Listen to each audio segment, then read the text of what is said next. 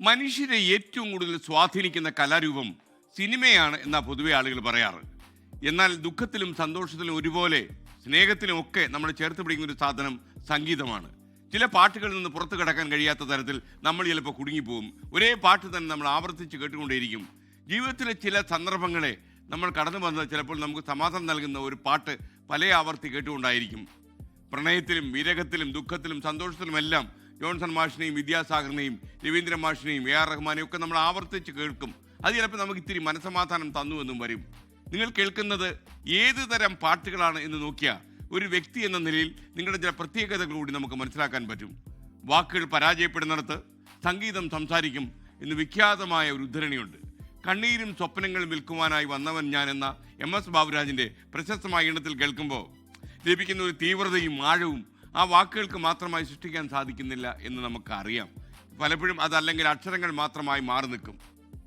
തിരക്ക് പിടിച്ച നമ്മുടെ ജീവിതത്തിനിടയിലും നമ്മൾ എപ്പോഴും മുടക്കാത്തൊരു കാര്യമുണ്ട്, പാട്ട് കേൾക്കുക.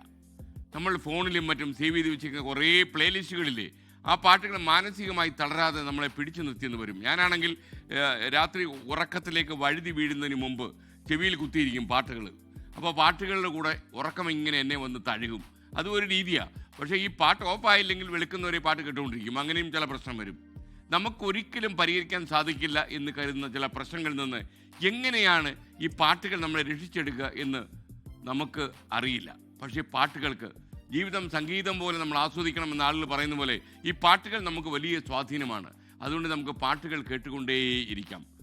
അപ്പോൾ ആ ഒരു നല്ല ചിന്തയോടെ ജീവിതം സംഗീതം പോലെ ആസ്വദിക്കാൻ ഈ പാട്ടുകൾ നമുക്ക് ഉപകരിക്കട്ടെ എന്ന നല്ല വർത്തമാനവുമായി നമുക്ക് ഇന്നത്തെ മോർണിംഗ് ഷോ തുടങ്ങാം. ലോകത്തെവിടെയായാലും ഏത് സമയത്തും 24 വാർത്തകളും ഓഗ്മെന്റഡ് റിയാലിറ്റി പാക്കേജുകളും എക്സ്പ്ലെയിനറുകളും വിശദമായി കാണാൻ ഞങ്ങളുടെ YouTube ചാനൽ നിങ്ങൾക്ക് സബ്സ്ക്രൈബ് ചെയ്യാം.